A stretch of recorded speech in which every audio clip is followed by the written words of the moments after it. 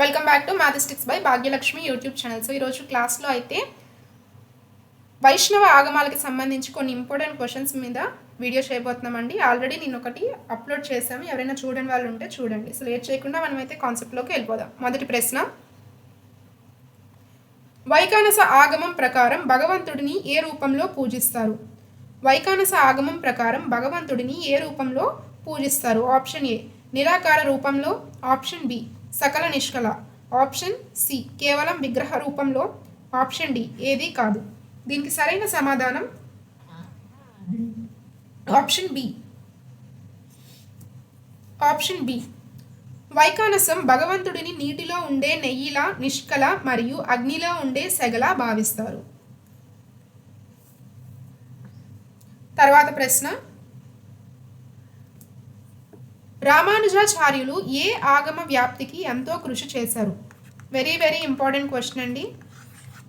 రామానుజాచార్యులు ఏ ఆగమ వ్యాప్తికి ఎంతో కృషి చేశారు? Option A Vaikhanasam, option B Pancharatram, option C Chattada Sri Vaishnavam, option D B and C. దీనికి సరైన సమాధానం ఆప్షన్ డి. Option D. రామానుజులు పాంచరాత్ర ఆగమాన్ని క్రమబద్ధీకరించారు మరియు చాట్టాడ శ్రీ వైష్ణవ సేవకులను ఆలయ సేవల్లో భాగస్వాములను చేశారు. తర్వాత ప్రశ్న, వైఖానస ఆగమంలో అర్చా విగ్రహాన్ని ఎలా భావిస్తారు? ఆప్షన్ ఏ కేవలం రాయిగా, ఆప్షన్ బి సాక్షాత్తు పరమాత్మగా, ఆప్షన్ సి ఒక జ్ఞాపికగా, ఆప్షన్ డి దేవదూతగా. దీనికి సరైన సమాధానం ఆప్షన్ బి. విగ్రహ ప్రతిష్ఠ జరిగిన తరువాత ఆ విగ్రహం సాక్షాత్తు భగవంతునితో సమానమైన వైఖానసం చెబుతుంది. తర్వాత ప్రశ్న,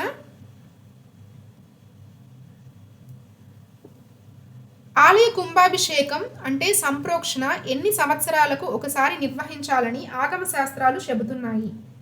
ఆలయ కుంభాభిషేకం ఎన్ని సంవత్సరాలకు ఒకసారి జరిపించాలి? ఆప్షన్ ఏ 5 సంవత్సరాలు, ఆప్షన్ బి 10 సంవత్సరాలు, ఆప్షన్ సి 12 సంవత్సరాలు, ఆప్షన్ డి 20 సంవత్సరాలు.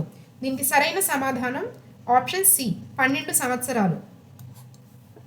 ఆలయ శక్తిని పునరుద్ధరించడానికి ప్రతి 12 సంవత్సరాలకు ఒకసారి పునరుద్ధరణ సంప్రోక్షణ నిర్వహిస్తారు. అది ఎన్ని సంవత్సరాల కంటే ఫర్ ఎవ్రీ 12 ఇయర్స్కి ఒకసారి. ఎందుకు అంటే ఆలయ శక్తిని పునరుద్ధరించడానికి. తర్వాత ప్రశ్న, పాంచరాత్ర ఆగమంలో విగ్రహాన్ని తయారు చేయడానికి ఏ పదార్థాలను వాడతారు? పాంచరాత్ర ఆగమంలో విగ్రహాన్ని తయారు చేయడానికి ఏ పదార్థాలను వాడతారు? ఆప్షన్ ఏ శిల, ఆప్షన్ బి లోహం, option C ధారువు, option D పైవన్ని.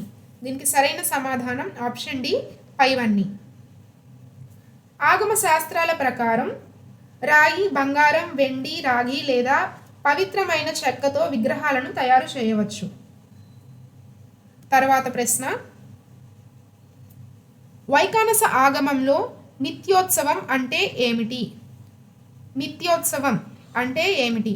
Option A ఏటా జరిగే ఉత్సవం, ఆప్షన్ బి ప్రతిరోజు జరిగే ఆరాధన లేదా పూజ, ఆప్షన్ సి నెలకు ఒకసారి జరిగే పూజ, ఆప్షన్ డి 10 రోజులకు ఒకసారి జరిగేది. దీనికి సరైన సమాధానం ఆప్షన్ బి ప్రతిరోజు జరిగే ఆరాధన లేదా పూజ. నిత్యోత్సవం పేరులోనే ఉంది, నిత్యం, నిత్య ప్లస్ ఉత్సవం ప్రతిరోజు జరిగేది. నిత్య అంటే డైలీ, సో డైలీ జరిగేది. ఆలయంలో ఉదయం నుండి రాత్రి వరకు ప్రతిరోజు క్రమం తప్పకుండా జరిగే షోడోపచార పూజలను నిత్యోత్సవాలు అంటారు. తర్వాత ప్రశ్న, చాట్టాడ శ్రీ వైష్ణవులు ధరించే తిరునామం నొసట ధరించే గుర్తు ఏ రంగులో ఉంటుంది? ఆప్షన్ ఏ కేవలం ఎరుపు, ఆప్షన్ బి తెల్లని ఊర్ధ్వపుండ్రం మధ్యలో పసుపు లేదా ఎరుపు గీత, ఆప్షన్ సి కేవలం నలుపు, ఆప్షన్ డి విభూది. ఇంపార్టెంట్ క్వశ్చన్ అండి. దీనికి సరైన సమాధానం ఆప్షన్ బి. వైష్ణవ సాంప్రదాయం ప్రకారం నిలువు నామాలు ధరిస్తారు. మధ్యలో ఉండే గీతను శ్రీచూర్ణం అంటారు. ఇలా సో ఇవైతే వైట్ ఉంటాయి ఈ లైన్స్ రెండు కూడా. అదేవిధంగా ఈ మిడిల్లోదైతే పసుపు లేదా ఎరుపు గీతను పెడతారనమాట. తర్వాత ప్రశ్న చూసుకున్నట్లయితే వైఖానస ఆగమానికి సంబంధించి నిర్మాణ మండపం దేనిని ఉపయోగిస్తారు? ఆప్షన్ ఏ భోజనం చేయడానికి, ఆప్షన్ బి యాగాదాలు నిర్వహించడానికి, ఆప్షన్ సి ఉత్సవ విగ్రహాలను అలంకరించడానికి, ఆప్షన్ డి సభలు నిర్వహించడానికి. నిర్మాణ మండపం, దీనికి సరైన సమాధానం ఆప్షన్ సి. ఉత్సవాల సమయంలో దేవుని విగ్రహాలను సిద్ధం చేయడానికి, అలంకరించడానికి ఈ మండపాన్ని ఉపయోగిస్తారు. తర్వాత ప్రశ్న, పాంచరాత్ర ఆగమ పాఠశాలలు ఎక్కువగా ఏ ప్రాంతంలో కనిపిస్తాయి? Important question. Option A Kashi, option B Tamil Nadu మరియు Andhra Pradesh, option C Kerala, option D హిమాలయాలు. సరైన సమాధానం ఆప్షన్ బి. దక్షిణ భారతదేశంలో వైష్ణవ భక్తి ఉద్యమం బలంగా ఉండడం వల్ల ఇక్కడే ఈ పాఠశాలలు ఎక్కువ. తర్వాత ప్రశ్న, దేవాదాయ శాఖ పరీక్షల ప్రకారం ఒక ఆలయంలో ఆగమ పద్ధతులు సరిగ్గా జరుగుతున్నాయో లేదో పర్యవేక్షించేది ఎవరు? ఆప్షన్ ఏ ప్రభుత్వం, ఆప్షన్ బి ధర్మకర్తల మండలి, ఆప్షన్ సి ఆగమ సలహాదారు ఆగమ అడ్వైజర్, ఆప్షన్ డి స్థానిక పోలీసులు. సరైన సమాధానం ఆప్షన్ సి. ప్రతి పెద్ద దేవాలయానికి లేదా ప్రభుత్వానికి ఆగమాల్లో నిష్ణాతులైన సలహాదారు ఉంటారు. వారు ఆచార వ్యవహారాలను పర్యవేక్షిస్తూ ఉంటారు. సో రేపైతే మనం నెక్స్ట్ క్లాస్లో శైవ ఆగమాల గురించి మరియు వాటి శాఖల గురించి అయితే కొన్ని ఇంపార్టెంట్ క్వశ్చన్స్ని డిస్కస్ చేయబోతామండి. వీడియో నచ్చినట్లయితే లైక్ చేయండి. ఇంకా ఎవరైనా సబ్స్క్రైబ్ చేసుకొని వాళ్ళు ఉన్నట్లయితే మ్యాథమెటిక్స్ బై భాగ్యలక్ష్మి యూట్యూబ్ ఛానల్ని సబ్స్క్రైబ్ చేసుకోండి. అదేవిధంగా కొన్ని ఇంపార్టెంట్ పాయింట్స్ చెప్తానండి. ఏంటి అంటే వైఖానసులు పాటించే గ్రంథం పేరు వైఖానస కల్ప గ్రంథం. వైఖానసులు గ్రంథం పేరైతే వైఖానస కల్ప గ్రంథం.